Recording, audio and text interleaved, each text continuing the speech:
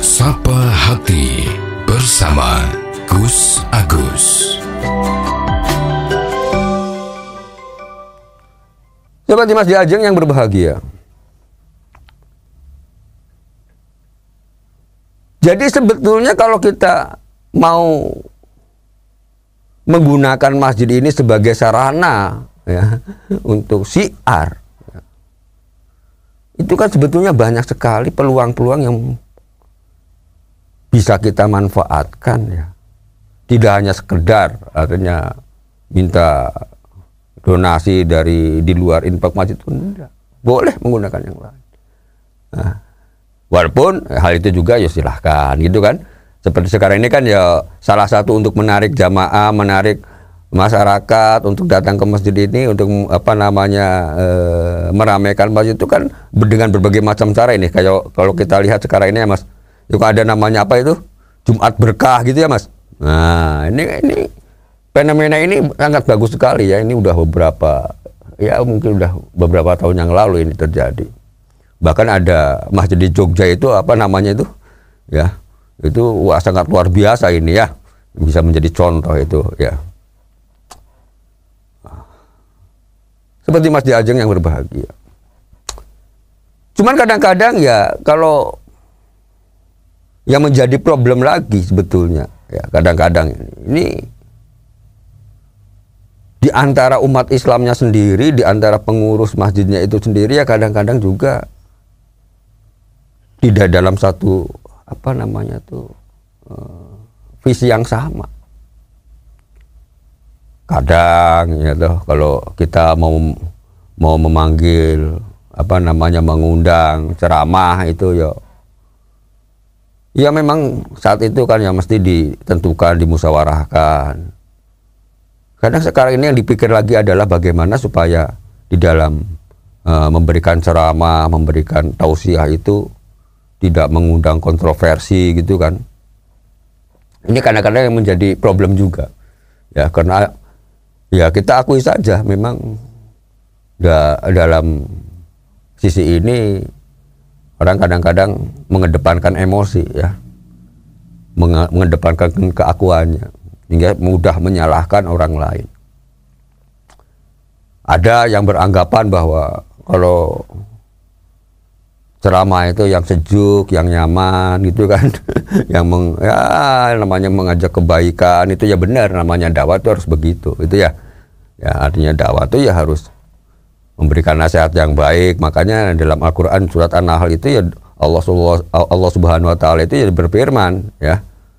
A'udzubillahi minasyaitonirrajim. Bismillahirrahmanirrahim. Ud'u ila sabili rabbika bil hikmati wal mau'izatil hasanah. Yang artinya ya kurang lebih adalah serulah manusia ke jalan Tuhanmu dengan hikmah dan pelajaran yang baik. Mau'izatil hasanah ini ya artinya ya sesuatu hal yang baik dengan bijaksana gitu. Dengan ucapan yang baik, lemah, lembut, santun gitu. Tapi jangan lupa di sisi lain juga bahwa kita diwajibkan ya loh, untuk mencegah daripada hal-hal yang mungkar. Nah, jadi ini kadang kita hanya ngambil satu sisinya saja. Ada yang ngambil mencegah kemungkaran saja, ya ada yang modelnya seperti itu. Ya, kalau ceramah ya intinya keras gitu kan. Kadang ini yang menjadi masalah gitu ya. Artinya menjadi problem bagi orang-orang yang merasa bahwa mungkin jadi terganggu ya kan. Karena namanya mencegah kemungkaran kan macam-macam Mas. Ya, artinya sesuatu hal yang orang melakukan perbuatan yang tidak baik itu supaya menjadi baik gitu kan. Maka ya perlu adanya syiar, perlu adanya dakwah tuh ya di situ itu sebetulnya fungsinya. Ya. Karena ada orang itu ya jangankan orang ya. Manusia-manusia yang berbeda wataknya, berbeda keinginannya ya. Wong kadang-kadang anak kita sendiri ya yang sama-sama satu rahim dari ibu gitu kan Mas. Ya. Kalau beradik ini cara berpikirnya berbeda-beda Kak. Ya. Keinginannya berbeda, wataknya berbeda. Ada yang suka kelembutan, ada yang suka artinya kalau dinasehati tidak cukup dengan kalimat yang lembut saja tuh, ada yang seperti itu. Apalagi orang banyak. Maka sebetulnya yang terbaik adalah bagaimana memadukan supaya dalam syiar agama ini, ya, dalam berdakwah ini, supaya orang itu menjadi sadar. Ya dua-duanya ini memang harus dilakukan. Mau idatul hasanah ya iya, nahi mungkar ya iya. Karena tujuan daripada syiar itu supaya orang itu kembali lagi pada ajaran yang benar. Cuman sekarang itu kan aneh, lucu ya. Kalau orang dianggap beda, ya, beda pendapat, wah ditolak gitu ya. Ada juga yang dibubarkan gitu kan, ini sangat miris sekali. Terjadi hal yang seperti ini, ya. Dikatakan tidak toleransi gitu kan. Ya walaupun sesama muslim ini, padahal dalam zaman Nabi itu namanya ukhuwah Islamiyah itu sangat luar biasa dipegang teguh. Ya. Kalau sekarang koyo fenomena ini saya aneh. Ada apa kan begitu? Pertanyaannya ada apa? Ini sesama muslim. Maka pantas kalau ada orang yang menganggap bahwa Muslim itu dianggap tidak toleran, ya kan seperti itu. Karena jangankan sama orang lain, sama Muslim sendiri seperti itu. Bayangin. Ya kita sering mendengar ya berita ya, atau apakah informasi apakah di media sosial atau ya yang lainnya itu kan kayak apa ya, saling menjegal, saling menjatuhkan ya. Ada pengajian ini ditolak, ya, dianggap radikal gitu kan. Ada yang satunya lagi ditolak, dianggap penyebar apa, ada yang penyebar bid'ah, ada macam-macam lah alasannya itu. Ya mestinya kan tidak seperti itu caranya kan begitu. Mestinya bisa ya, yang namanya orang mau berceramah itu kan mesti sebelumnya kan ada komunikasinya gitu kan. Ini apa masalahnya yang perlu dibicarakan, karena biasanya kan begitu ya di masyarakat, apa yang sering terjadi, apakah hal-hal yang perlu disampaikan kan, itu biasanya begitu. Jadi artinya mestinya kan ada rambu-rambu yang harus di mana yang harus digunakan, disampaikan kan, tidak seenaknya sebetulnya. Artinya boleh dibicarakan.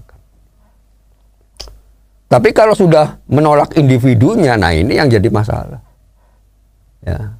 Karena belum tentu yang namanya orang itu ya, kalau hanya mencari pembenaran, ya ini yang ditonjolkan adalah emosi. Lupa bahwa umat Islam itu adalah satu kesatuan. Ya, bagaimana umat ini akan maju, umat ini akan menjadi baik kalau di antara umat Islam sendiri saling gontok-gontokan, saling hal-hal yang sebetulnya bisa dimusyawarahkan malah menjadi perpecahan. Ya artinya kalau kita lihat, coba ya, kalau kita lihat dalam firman Allah Subhanahu wa taala dalam surat At-Taubah ya, a'udzubillahi minasyaitonirrajim. Innama ya'muru masajidallahi man amana billahi wal yaumil akhir wa aqama sholata wa ata zakata falam yahsha ilallah, dan seterusnya ya. Yang artinya kurang lebih adalah sesungguhnya yang memakmurkan masjid Allah ini hanyalah orang-orang yang beriman kepada Allah dan hari akhir, serta tetap melaksanakan sholat, menunaikan zakat, dan tidak takut pada apapun kecuali pada Allah Subhanahu wa taala. Ini kalau ini digunakan ya, sebagai pedoman kita di dalam berdakwah, dalam memakmurkan masjid. Karena kembali lagi ya, namanya tujuan berdakwah itu kan ujung-ujungnya akhirnya nanti kembali pada bagaimana perilaku yang baik, akhlak yang baik. Nah udah perilaku yang baik, akhlak yang baik, tentunya akan melakukan ibadah-ibadah yang baik. Karena begitu. Nah udah ibadah-ibadah yang baik, tentunya juga ya kan ingin membuat mempunyai ibadah itu supaya pahalanya lebih gitu kan, dan mau tidak mau juga akhirnya ujung-ujungnya ke masjid kan begitu, kan memakmurkan masjid. Nah tapi udah saling bermusuhan, saling membenci itu kan kadang-kadang menjadi problem buat kita ini. Demikian dulu, semoga ada manfaatnya. Billahi taufiq wal hidayah. Wassalamualaikum warahmatullahi wabarakatuh. Sapa Hati bersama Gus Agus. Untuk saran dan masukan, silahkan WhatsApp ke Gus Agus 0896 8811 6615.